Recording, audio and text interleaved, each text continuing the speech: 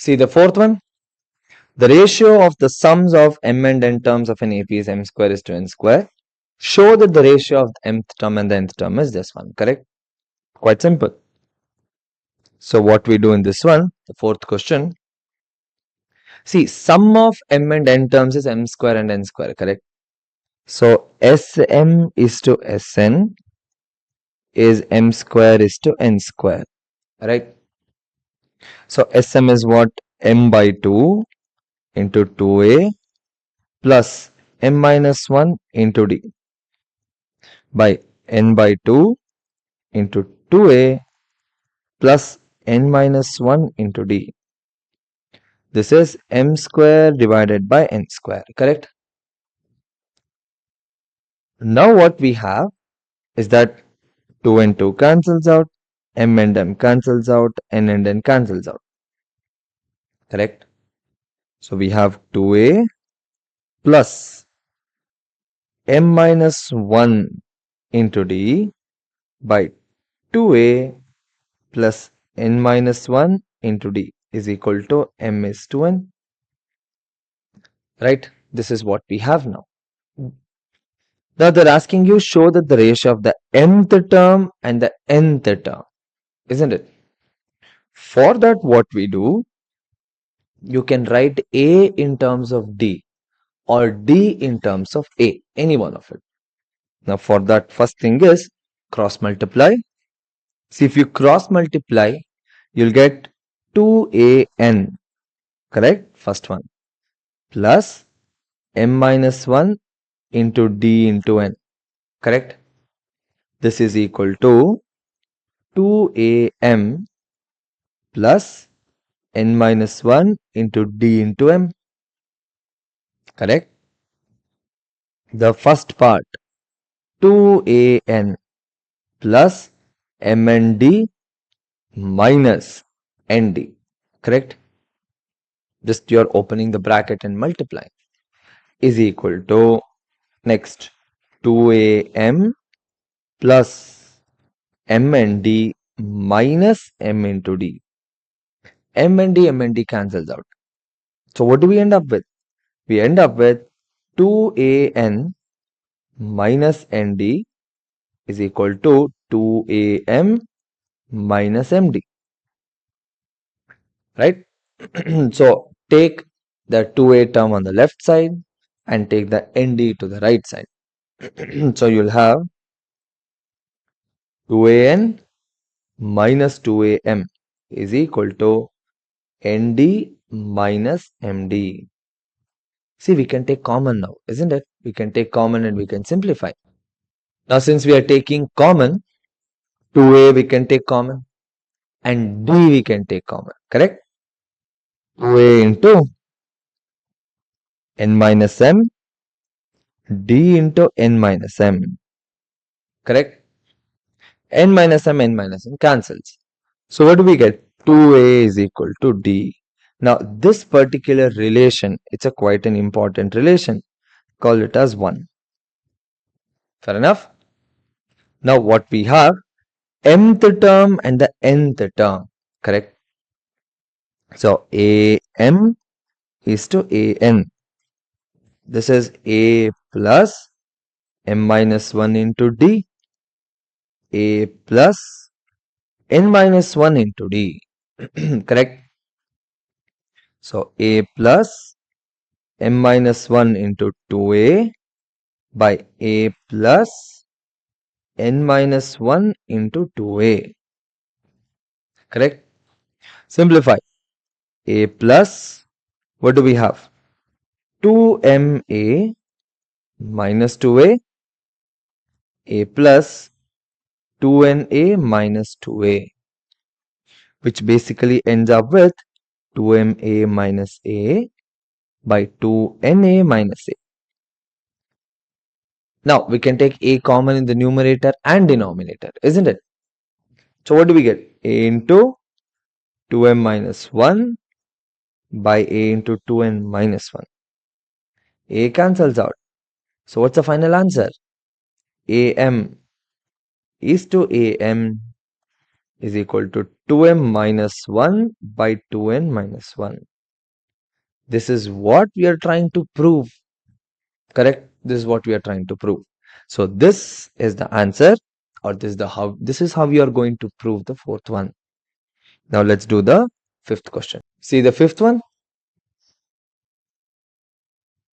You have the sum of n terms of two APs are in the ratio 5n plus 4, 9n is to 6, sorry, 9n plus 6. Find the ratio of their 18th terms. So there are two different APs. So A and D will be different, right? So what we can write is n by 2, 2a1 plus n minus 1 into d1 by n by 2, 2a2 plus n minus 1 into d2 is equal to 5n plus 4 by 9n plus 6, right? N by 2 cancels out, right? Now we have a particular equation. Now here if you look at it, a1, a2, d1, d2, there are 4 variables. You don't know the value. Plus you also have n. You can't figure out what it is, right? So what we'll use is that we are going to use one particular method. You can say, you can call it a formula, you can call it method, whatever you want. That is, rather than doing the ratio like this, okay, rather than this way, what we'll do is we'll use this formula that an is equal to Sn minus Sn minus 1. Okay, so if I need the 18th term, that is A18 will be S18 minus S17, if you remember this particular formula, right? So let's take the first one, 5n plus 4. Substitute. So first in place of n we put 18, correct? So if you put 18, 5 into 18 plus 4 minus 5 into 17 minus 4, minus off, right? Cancel, cancel. What do we get? 5 into 18 minus 5 into 17, which basically is just 5. 18th term becomes 5. That's all. Let's do the same thing for the second one. That is the 9n plus 6 part. So for that, S18 minus S17. So you have 9 into 18 plus 6 minus 9 into 17 minus 6. 6 and 6 cancels out. Now what do we have? 9 into 18 minus 1, 18 minus 17, which is just 9 itself.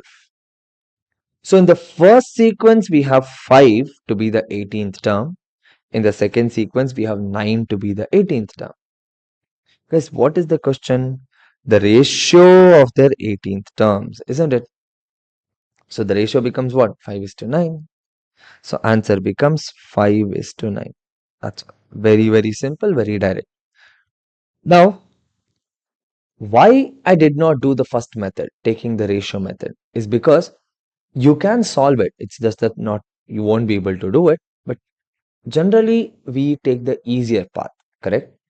We take the easier method.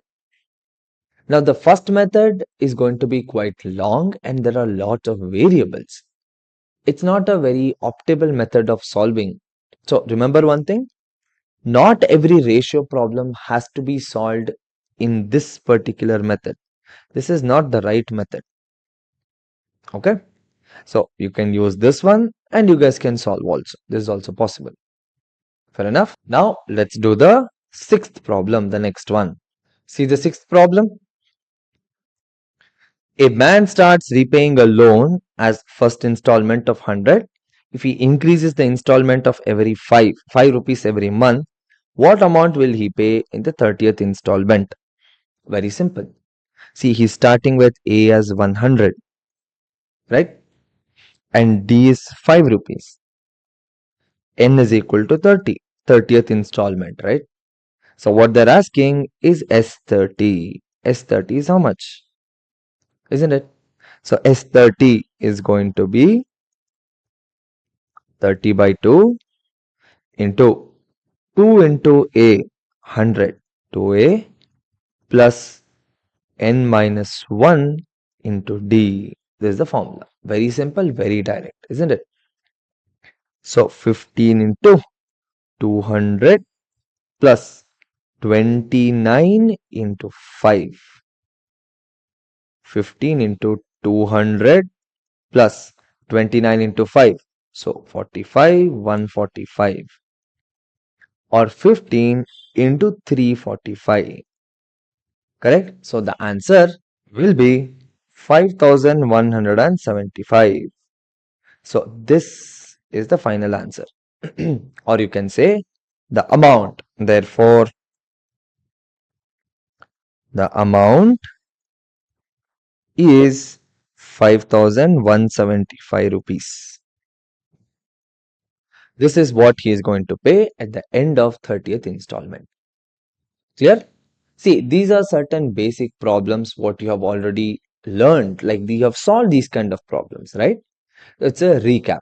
Now in the next video, you're going to learn about arithmetic mean. What is arithmetic mean and how you're going to apply that in the problems. We'll see this in the next video.